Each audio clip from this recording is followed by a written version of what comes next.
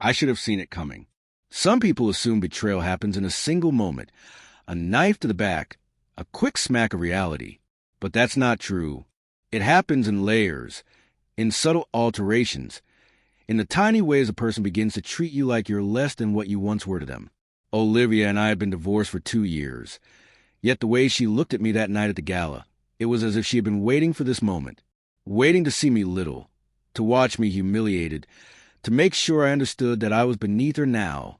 I wasn't, but she didn't know that. The gala was held at one of the finest hotels in the city, chandeliers dripping in gold, servers in crisp uniforms gliding across the room carrying pricey wine, people dressed like they belonged on magazine covers.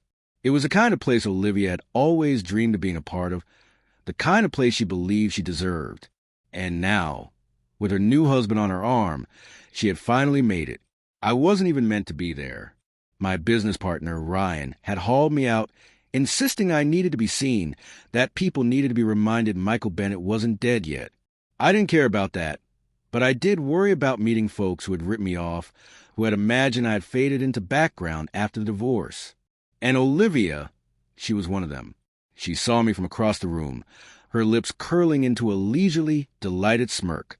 She muttered something to the man beside her. Her new husband, Raymond, the wealthy billionaire who had swept her away after our marriage collapsed. His suit was tailored to perfection, his shoes gleamed, and his hand rested on Olivia's waist as if to establish his claim. She approached me like a queen descending from her throne, eyes gleaming with something terrible. "Michael," she drawled, tilting her head. "I didn't expect to see you here." The way she said it, it was a dagger wrapped in silk. I mustered a pleasant grin. Neither did I. But here we are. Raymond extended a hand, his smile trained, practiced. "I've heard a lot about you, Michael." I shook his fingers firmly, wondering just what Olivia had told him. I had no doubt it wasn't flattering. "I'm sure you have," I stated smoothly. "All excellent things, I hope." Olivia let out a high, sharp, fake laugh. "Oh, Michael," she cooed, her eyes flicking over my suit as if scanning for signs of wear and tear. "Still as charming as ever. You always did have a way with words, even when things weren't going well for you." The initial jab. I didn't respond, just took a slow sip of my drink. That only made her more anxious to keep going. "It's been so long since we last spoke," she continued, her voice carrying that terrible mix of mock pity and condescension. "I heard you've been keeping a low profile. What have you been up to these days?" I understood what she was doing. She wanted me to stammer, to acknowledge I was struggling, to confirm whatever story she had created about me in her head. I gave her nothing. "I've been doing well," I said simply, denying her the joy of specifics. She pouted, feigning disappointment. "That's wonderful to hear. For a time, I was worried about you. I mean, after the divorce, I guess it must have been hard adapting." "Oh!" She was enjoying this. Raymond, ever the curious observer, chuckled lightly. Though I could see, he was still evaluating me. He didn't know me, not really, but he trusted Olivia's image of me, the bitter, struggling ex-husband who couldn't move on. I let her keep talking.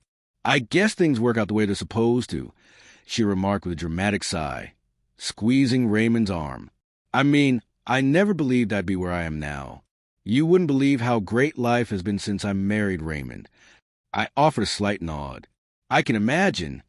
She leaned in, lowering her voice just enough to sound private, yet loud enough for surrounding ears to catch her words.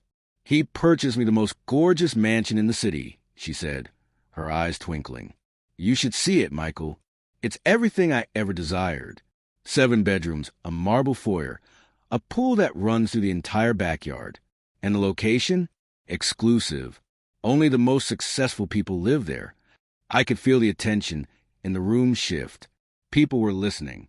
She wanted them to. She wanted them to hear that Olivia had moved on to something greater. Then, with a twist of her head, she delivered the final blow. "You probably still live in a dump, don't you?" The words hit the air like a slap. A few folks giggled under their breath. Others buried their smirks behind their champagne flutes. I could feel their eyes on me, waiting to see how I'd react. Olivia had always been like this, cruel in the most sophisticated way. Maybe she had a talent for undercutting people in a way that made it look like she was simply being honest. However, tonight, she had no idea who she was talking to. I smiled. Not a forced smile, not a bitter one. Just a simple, effortless smile that made her blink in surprise. Something like that. Effortlessly. That was it. I didn't respond, didn't defend myself, didn't try to prove anything. And that, more than anything, was what got to her. I watched a flicker of confusion cross her face. She had anticipated something. An excuse, an argument, maybe even a dejected look in my eyes. Instead, she got nothing, and that made her nervous. She cleared her throat, grasping at control. Maybe one day you'll get to feel what it's like to live in luxury. I let out a low chuckle. I could have said more, told her the truth, that her new husband hadn't bought that mansion, that I owned the entire estate she had just mocked, that she was ridiculing the man who held her fate in his hands. But where was the fun in that? For now, I let her have her moment, because what Olivia didn't realize was that life has a way of flipping the script. And soon enough, she'd be the one standing before me, embarrassed, desperate, powerless. She simply didn't know it yet. No more excuses. No more extensions. No more bargains. The official foreclosure notice had been issued. The bank, acting under my instructions, arranged the eviction. And the best part? I had made sure I would be the one to deliver it. The morning of the eviction, I took my time. There was no rush. I had already won. I could picture it so clearly. Olivia, oblivious, sipping her overpriced coffee in her extravagant kitchen, planning her next shopping spree, completely unaware that her world was about to collapse. As I pulled up to the estate, I took in the sight one last time. Grand, ornate, overblown, soon to be empty. It almost felt poetic. She had summoned me here before to gloat, to ridicule, to flaunt her so-called victory. Now, I was returning, not as a guest, not as an outsider, but as the owner. And this time, I wasn't leaving empty-handed. I rang the doorbell and waited. A few moments later, Olivia appeared, polished as ever, dressed to perfection. Untouchable for now. Her brows knit together the moment she saw me. "Michael," she said, frowning, "what are you doing here?" Wordlessly, I handed her the envelope. She barely glanced at it, rolling her eyes. "What is this? Some kind of joke?" Then she read it, slowly, word by word. I saw it happen, the shift, the slow, creeping horror as reality settled in. She read it again, as if she could change the words by sheer will. Her hand trembled, her face paled. Her eyes darted up to mine, filled with something new. Not arrogance, not disdain, fear. "Michael, what is this?" she whispered. I tilted my head, feigning innocence. "You mean you don't recognize an eviction notice when you see one?" She shook her head, stepping back. No, this isn't real. Raymond owns this property. This is our home." I smiled. "Not anymore." She stumbled, her breath coming in frantic gasps. No, this can't be happening. Raymond will fix this." I shrugged. "You should call him. But I don't think he'll have much to say, considering he lost everything weeks ago." Her lips parted. "What do you mean, lost everything?" I sighed, almost pitying her. "Your husband is broke. Olivia. He has been for months. He threw everything into a business deal that failed. Now he has nothing. No company. No money."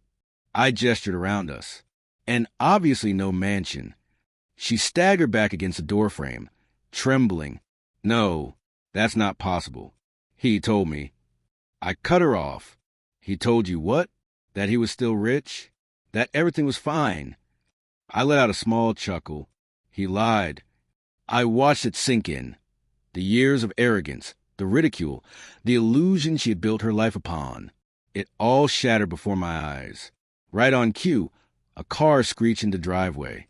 Raymond, he practically fell out, his suit wrinkled, his expression wild with desperation. The moment he saw me, his face twisted into something between rage and terror. "You!" he shouted. "What the hell do you think you're doing?" I turned to him, calm, slipping my hands into my pockets, serving an eviction notice. I gestured around. "You're trespassing on my property." His face drained of color. "Your property?" he stammered. I nodded. "Yes, mine. I've always owned this state. You've been living in my house, Raymond." His mouth opened, then shut, then opened again as he tried to process the impossible. No, that's not true. We had a mortgage with the bank. And the bank sold it to me," I said smoothly, "the second you defaulted." I grinned. "Like I said, my house." I watched as the truth settled over him like a crushing weight. And the best part? It was me who had taken it all. Olivia turned on him then, her eyes burning with betrayal. "You promised me we were okay," she screamed. "You swore we weren't in trouble." I thought I could fix it," he stammered. "But there was nothing left to fix. Not anymore.